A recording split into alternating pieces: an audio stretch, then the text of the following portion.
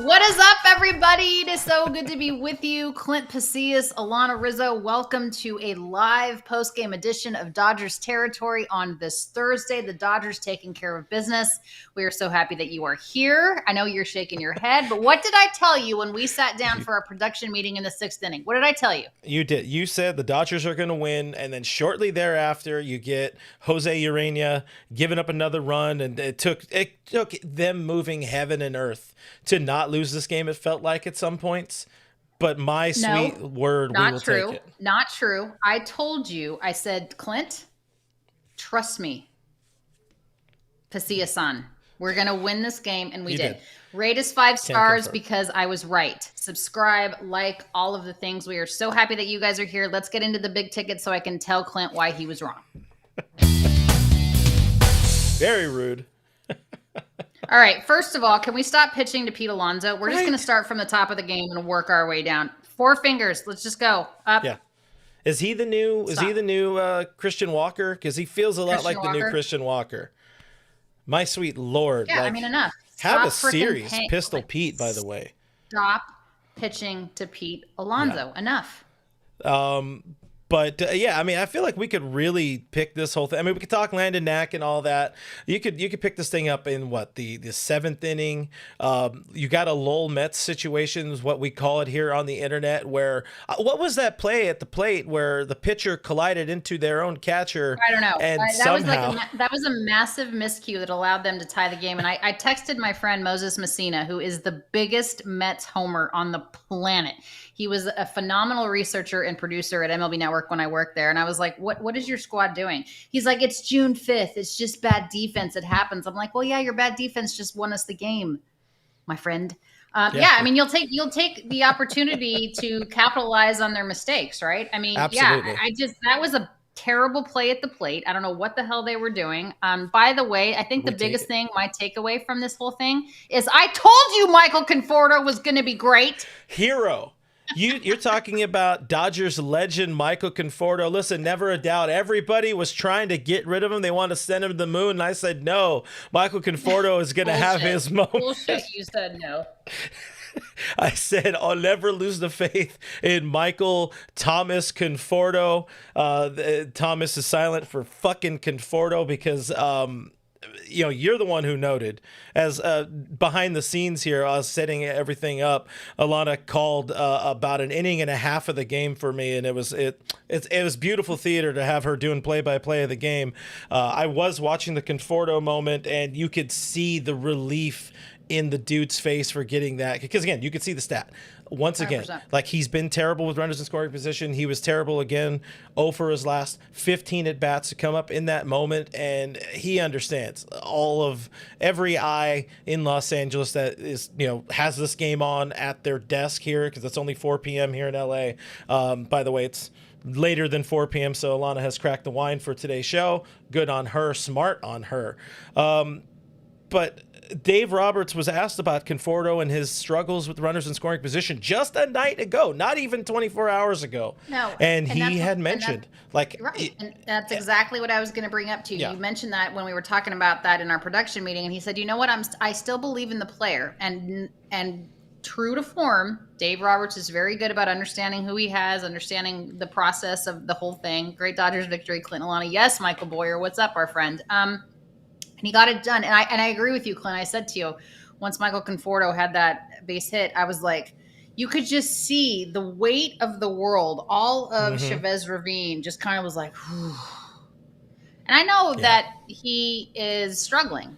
We've documented that ad nauseum. But this was a big hit for him. And maybe this turns things around. Maybe not.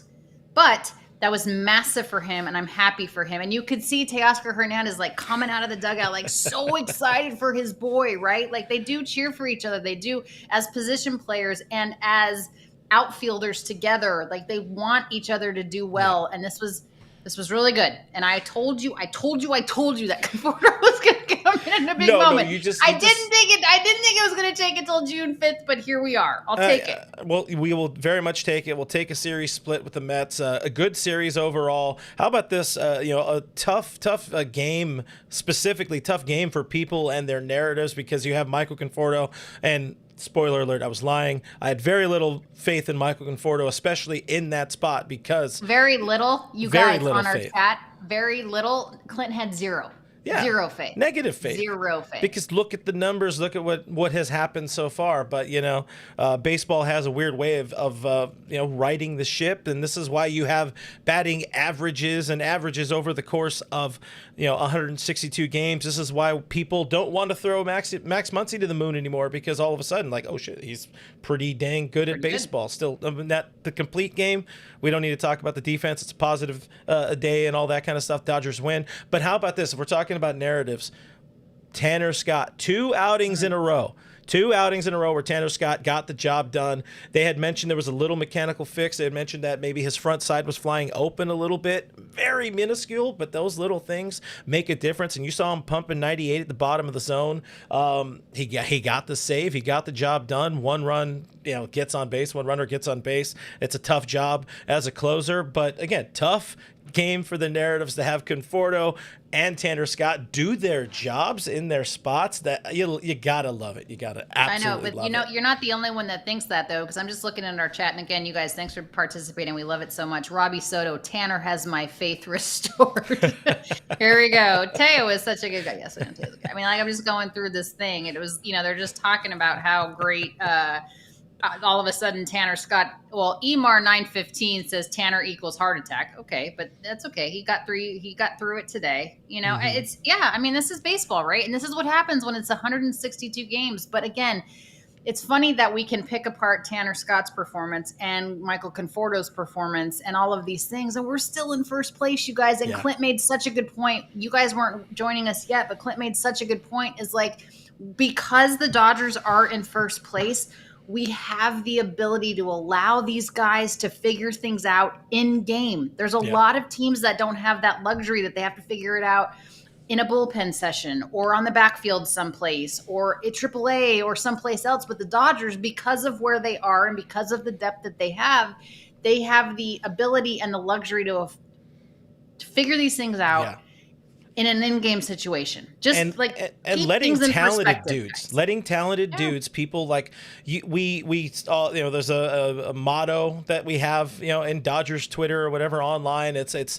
trust in Andrew Friedman. You believe in Andrew Friedman. And whenever they bring in people, even at this point in time where they're bringing in 150 different relievers, you literally got the rotating door. They have no choice. Yeah, they have no choice. But you buy into the fact, like, they saw something in Michael Conforto. Obviously, you see something in Tanner Scott, who over the last few years has been one of the better relievers in baseball. And eventually, again, the law of averages will figure themselves out, but they have enough time to just let them figure it out. And if not, the playoffs, or a little bit before August trade deadline, that's where you really start to strongly consider the tinker, probably more so in July. And Dave Roberts always likes to throw out that 150 at bat mark that he likes to give people.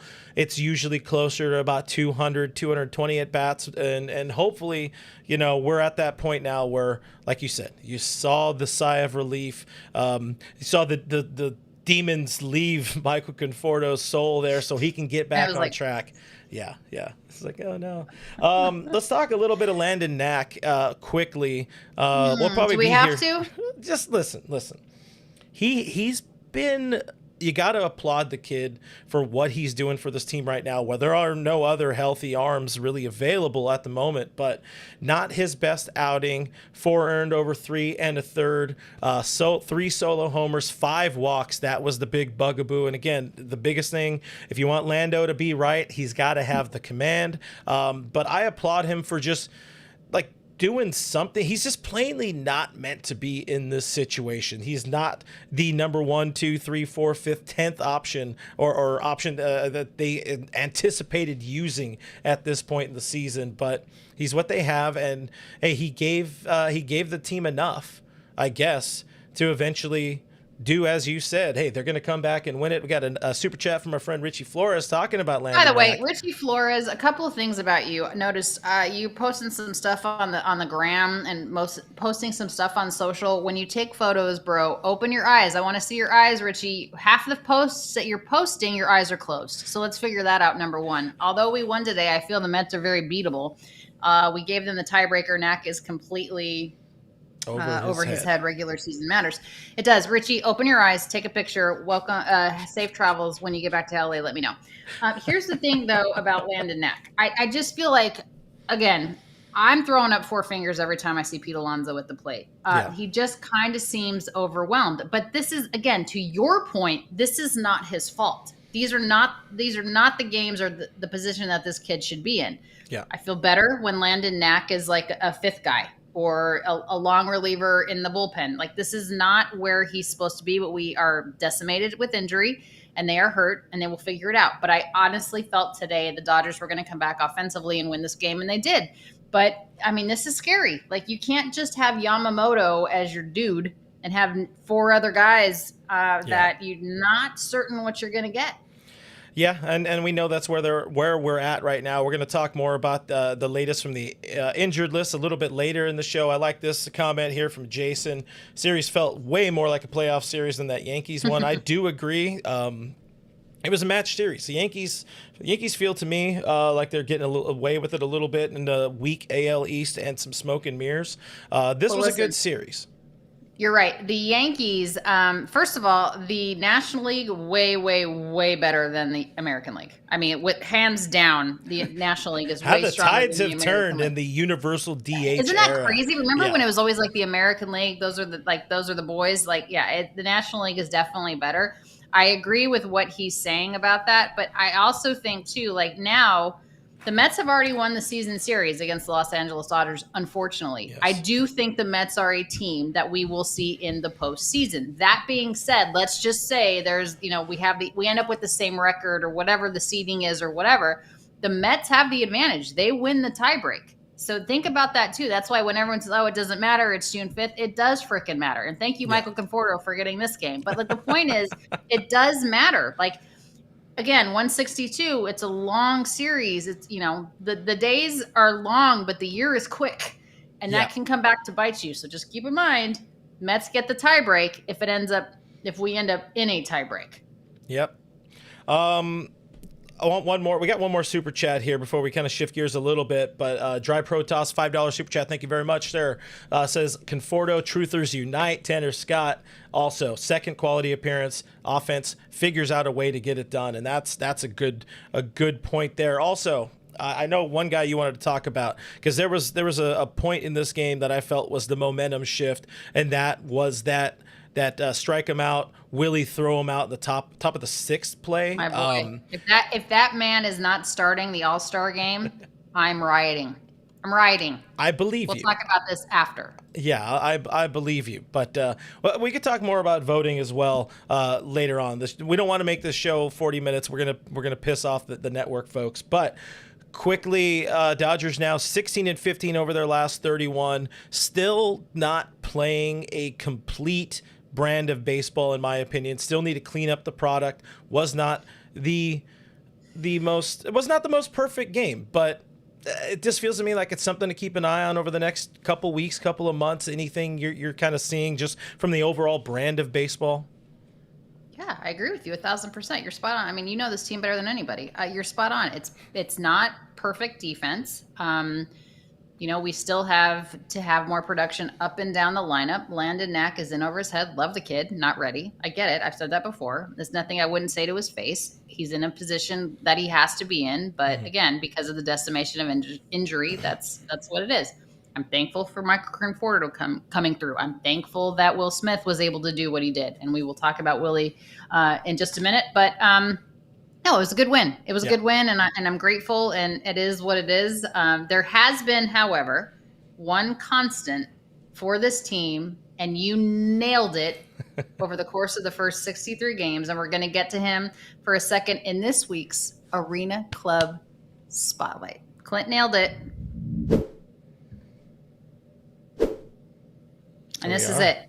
Yoshinobu Yamamoto. And I was like, you're insane. You're insane. He's not going to be a Cy Young Award winner. And I have to tell you, you're absolutely right. I mean, this is a guy that could very well win the Cy Young in the National League, Clint. I'm proud of you for figuring this out because I know that you're not that smart. So I'm proud of you. Wait, didn't you just say I'm a big time Dodger ball knower, and now you're calling me not smart? Listen, enough of the wishy-washy. You are a big time Dodger knower guy, but oh, I can't be both. Thank you. Just slam Dodgers fans all around. Now, well, one, we got to appreciate our friends at Arena Club here. They were nice enough to send us this Yamamoto card, a 2024, technically a rookie card. Topps Chrome Sapphire card, Black Sapphire. There's a lot of words on it, but I love this dude. I really do love this dude. And I was a day one Yamamoto guy. That was one of my first big streams when I came back from the dead here on the YouTube. And Yamamoto signed in the middle of one of my live streams on my All Dodgers YouTube channel. Check it out. Subscribe. Sorry to the network for plugging my other show during this. But there was a lot of excitement. There's also a lot of expectations that come from signing a $325 million deal. But in terms of where we're at now with the Dodgers, Yamamoto, this rotating door of pitchers coming through the active roster, Yama 100% has been the anchor for this team, leading the Dodgers in starts, innings, ERA, strikeouts. He leads the team, and he's got that dog in him. And again, like you already called attention to, he was my Cy Young Award pick, kind of half jokingly during the end of spring training, just before opening day. Yeah, definitely not feeling like a bad pick at all. I'm going to ask you, could he honestly win this award this year? And it's still pretty early. It's only June. Could he win this award? And who is the real competition for? Oh my goodness, I think your call was spot on. Honestly, I didn't know what we were getting in Yamamoto, and I questioned it, but I agree with you. Think about the fact that there's only one person in the National League that has a better ERA over the course of his time this season than Yamamoto, and that's Paul Skeens. Really, that's pretty great company to be in, right? Yeah. You think about Paul Skeens, obviously, with the Pittsburgh Pirates. You think about Yoshinobu Yamamoto. Only Skeens has a better earned run average than Yamamoto. So it's a conversation, right? I think right now those two are probably the front runners. I would give it to Yamamoto just because he's on a winning team. But I also think about Paul Skeens, it's not his fault that the Pirates are stinky. It's not his fault that the Pirates suck. Yeah. He's doing everything he can. He has fewer wins than Yamamoto, but again, it's because Yamamoto is pitching for a better team.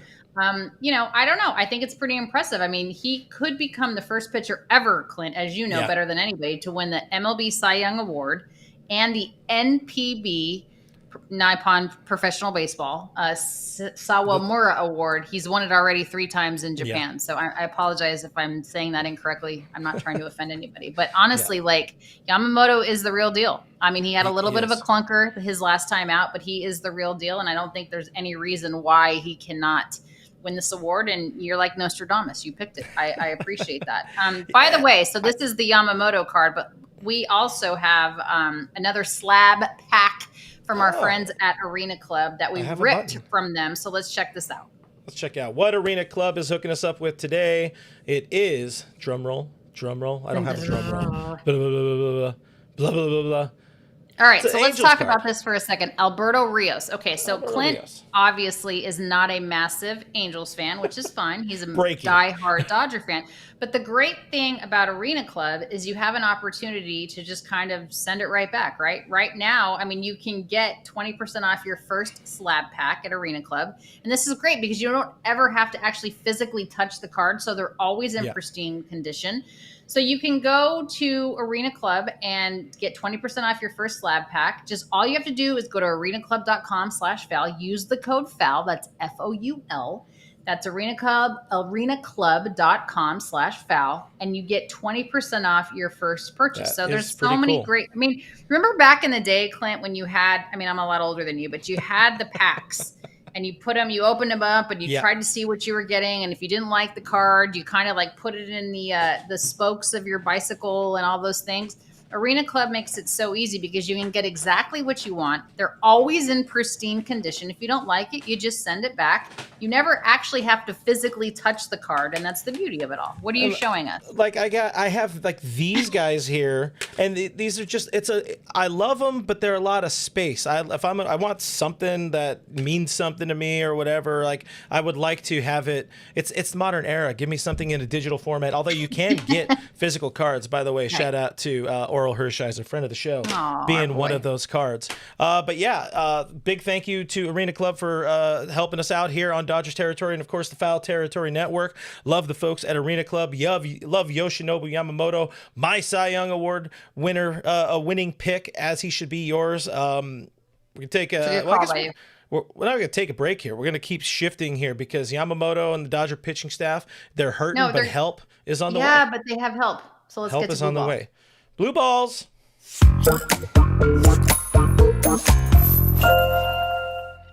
All right, Clint. So Kirby Yates and Michael Kopech, they should be coming back soon. Please tell me yes. Go, go, go.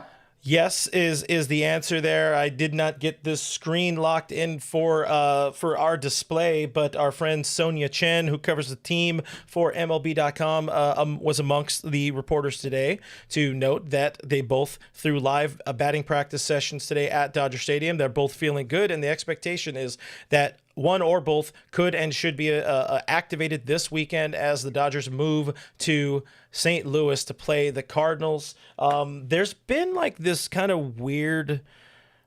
Michael Kopech has been ready, but I think they're not like exceptionally bought in to how he's been throwing the ball. Like he's walking the world at AAA. So another thing Sonia had noted that coaches are still working through some things with the Kopech side of things. That much aside, I think there's something. We need bodies. We need bodies, arms. And also like people. Kopech coming back to the big league level, I think he's going to feel a lot better than pitching at AAA. No? Don't you think like there's some guys that like could shit the bed in the minor league level, but when they get to the like major leagues, they're like, okay, like this is for real. Like I understand the whole rehab situation, but I feel like Michael Kopech has had 79 rehab appearances. So I feel like, he's like, I'm done with this. I'm done with facing like AAA guys, like get me to the big leagues and I'll figure it out. But if you get Michael Kopech back and you get Kirby Yates back, that's going to take so much pressure off of the arms that are already in the bullpen that are super taxed and super tired. And that's probably part of the reason why Tanner Scott was having some issues. It's part of the reason why Alex Vesia and Anthony Banda and so on and so forth were having some issues. Like this is good news that Sonia Chen is reporting. Like they're on their way back. And not only, Clint, are they on their way back, but Snell and Sasaki are throwing at Dodger Stadium, and that is massive for the starting rotation. Yeah, that right there, that makes me gives me a nice warm tingle in my heart. Maybe I should get that checked out. But to know that you're getting more so for me, Blake Snell. I mean, Sasaki probably similar to Kopech. I think they're still trying to work out some things mechanically, but with where am I going? With Kopech, I want to go back to Kopech for a second. 9 appearances, by the way, 15.63 ERA at AAA. Not exactly what you would like to see out of the dude, but I buy in, as Dave would say. I buy into the player, I buy into the stuff and the poise and all that, and I try to pretend he was, never a Chicago White Sox or whatever. But Blake Snell, for this team to get Michael Kopech. Kopech, yeah. For this not team his to fault get, he was the White Sox. That's fair. For this team to eventually get Blake Snell back, my God, that would just be such a massive boost for this beleaguered rotation. And to get Kirby Yates back, you get very much a grizzled veteran. You get Kopech back this weekend. Things are trending. Things are trending in the right direction. One area where things are not trending as smoothly once again, as I would like, is with the Tyler Glasnow saga. My God, I agree with you, my friend. What is your opinion on this? Because I'm like, are we doing this shit again? Are we doing this again? It feels a whole lot like we're doing this again. So this was the scene on Monday. Dave Roberts kind of said that they're sort of his rehab is on pause. he had a little bit of a setback after throwing a bullpen, and it sort of became this thing. He said it's a general body soreness. The very next day, suddenly, Tyler Glasnow available at his locker and completely refutes what was just said. He's like, no, I feel great. I feel fine. The back flared up a little bit. Wouldn't really be an issue at all if he was already pitching during the season. So it's like, it's a he said, sort of scenario for me. And to me also, I'm thinking back to last year. It continues a pattern for me where these two sides just cannot seem to agree on Tyler Glasnow's health together. And last year it was something about the elbow, and he said like they made the decision. He's like, usually you get players who say we made this decision together. No, he said, and then they made the decision to put me on the IL. I'm not super happy about it. Those were the quotes that he had at the time. This relationship, very contentious relationship, feels like a problem. What is your take on these two sides? I agree with you. I don't like it. If this was the first time I had heard of like, well, we're going to make sure that he's okay, we're going to wait a little bit longer, and he's like, no, I'm okay. But this is exactly what happened last year. Remember, Tyler Glasnow said, I'm good to go, I'm ready, I'm healthy, and then they shut him down for the entire season, for the second half of the season and the postseason. He wasn't available. I don't like this. Are we not talking to one another? Are we not communicating? And furthermore, if you guys aren't on the same page, at least figure it out internally to make it look like you're on the same page, because this is a problem. I don't know what his issue is. I don't know if he really does feel healthy that he can go out, or the Dodgers are saying, listen, we're going to protect you from yourself, because he is a competitor, obviously, and he wants to be out there, but the training staff does not feel like he's ready. That's fine too. But you cannot say, no, I feel great. Like, you don't know what you're talking about. Like, the left hand isn't talking to the right hand. Like that's a problem. And this is not the first time we've heard of this. Yeah. So that's the issue I have with this entire thing, is I feel like one of the things about this Dodger front office, and certainly about Dave Roberts, is they're so good at communication, and player communication from the front office and the manager is so important. Like, I know somebody that his favorite player, or excuse me, his favorite manager in the world is Torey Lovullo of the Diamondbacks, because he was like, I always knew where I stood and I always knew what was going on. So I could prepare, I could plan my day, I could be ready.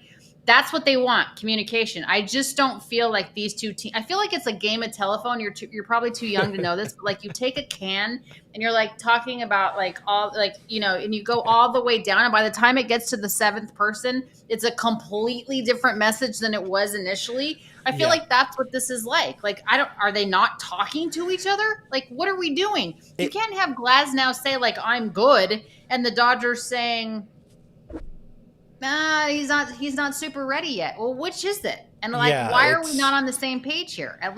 Why are we not on the same page publicly? Because it makes you look foolish. It's perfectly fine for the two sides to not share the same opinion of the man's health. But for there to now 2 seasons in a row be this kind of, I'm going to call it a sort of public dick measuring contest, or for the player to openly refute or dispute what the manager told reporters the day before or the evening before, it's not a good look. And now, 2 years into, or year 2 into a 5-year deal, it's an interesting saga to watch. I'm going to talk more about this at some point, probably over the weekend on my channel, because we are already running a little long on the show. But I did just want to bring it up a little bit. If we're looking at people we're talking about here in Blue Balls, guys coming back. One dude, he says he's fine. One dude says he's super ready to go. He's expecting to throw a bullpen next week. But again, just the whole, he said, or he said, they said. It's weird, and it's something we should be watching. He said, they said, right? Yeah, that's really what it is.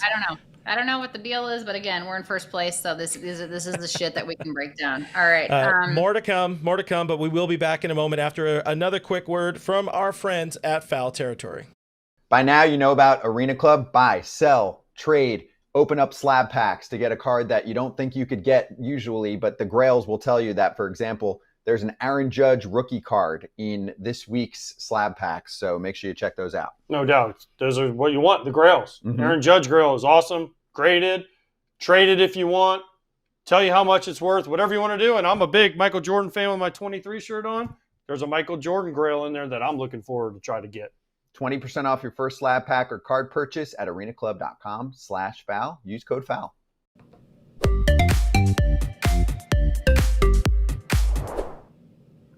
I appreciate always you guys paying attention to our pups. This is actually, the picture is actually Chip.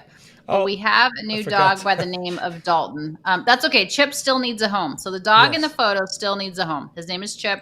He's great. He's about 13 months old. Wonderful dog. Neutered. Amazing. However, we have a new dog in our organization. There he is. There's Dalton. He's a good boy. He's a 2-year-old pitty mix.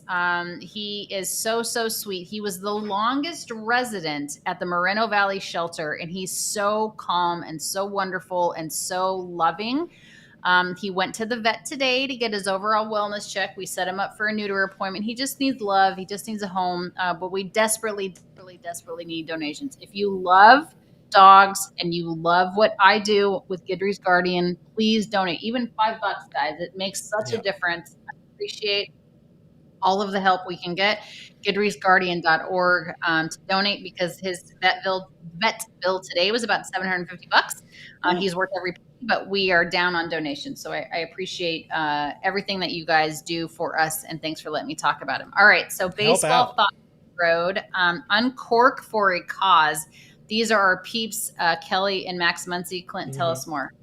So Uncork for a Cause is a charity outfit, I guess we can call them. They do things with baseball players, sports players, all that kind of stuff. They've actually been trying to set something up with a Dodger player for quite some time. Thankfully, been able to connect now with our guy, a friend of the network, Max Muncy. Yes. Haven't had him on our show yet, but he's always on Foul, and we appreciate that. Next week, Max Muncy, Kelly Muncy hosting Uncork for a Cause at the Intercontinental in downtown. Visit uncorkforacause.com for tickets. But it's really cool to see Max, one, be in a good spot, be healthy, be playing well, all that kind of stuff, but also kind of taking the lead of being somebody that is continuing to give back to the community, Los Angeles community, and other communities and whatnot. Obviously, Justin Turner is no longer a Dodger. Now Chris Taylor, no longer a Dodger. Those were the ones that were most active philanthropists on behalf of the Dodgers, but Max and Kelly are pairing for a powerful evening of wine, food, and community as they host the event to benefit the Los Angeles Dodgers Foundation and the YMCA of the Foothills Fire Relief and recovery efforts. And of course, that is awesome. That is really cool. The event itself, the fire, awful, this amazing.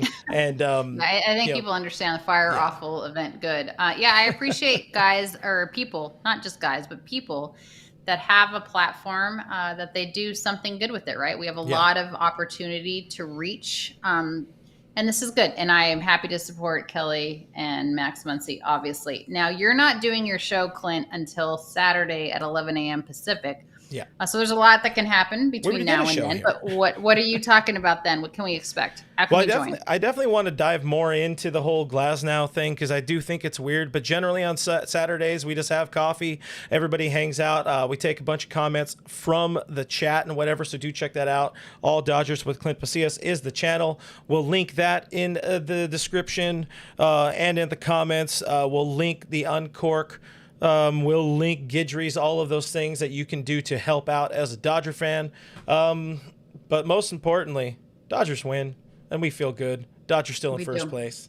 We feel really good. Yeah, don't forget, you guys, we're in first place. Like, it's easy to nitpick, it's easy to be pissed, but you have a really, really good team perennially. So let's do this. One final thing, because we did have a super chat. I don't want to not get to our super chat from JY Kim. Thank you very much. What's up, JY Kim? I like the dog pictures. Let's go. But asking, they were surprised that there was a weekday game, a Thursday game that was scheduled for an early hour, a 1 p.m. game. Care to explain why there was is a 1 p.m. game on Thursday's getaway day in Los Angeles. Yeah, I mean, sometimes it's because the home team needs to go, and the home team gets to dictate the start time of a game so they can get out of there and get to the next city in an appropriate time. Sometimes it's just as a courtesy. So that's why it was it's a 4-game series, which is rare. Normally series or 3 games. But yeah, it could have been a courtesy to the Mets. It also could have been like the Dodgers need to go because they're going on the road. So that's all it was. That's all it was. 4-game series are strange. That's it. Dodgers heading out. More than that. Dodgers heading out to St. Louis, and they play tomorrow, so they're immediately getting on that flight. Of course, Dodgers have 2 planes now because they pimping. So I know it's a circus. That's why they do it, because the Dodgers, have to play St. Louis tomorrow. And don't sleep on the Lou, okay? Don't sleep on the Cardinals. They're a decent team. They're right there in the NL Central, right behind the Brewers. So it's going to be a good series. Every game matters. I get it. We do appreciate you guys being with us. I appreciate that there's 340 people watching us right now. Yeah. Clint and I have done this for a couple of years. And I have to say, you guys, Clint is the reason that the show gets on the air. He is the director. He is the one pushing all the buttons. He puts the rundown in. If it wasn't for Clint, we're not on the air. So thank you so much. Watch him on Saturday with All Dodgers with Clint Pasillas. We will be back on Monday, and Kyle Glazer, who knows a lot about the Dodgers, but also covers the Padres, is going to help us preview. Finally, we get to play the Padres. So we'll do that on Monday. Have a great weekend. Be safe. Love you guys. Go Dodgers. Bye.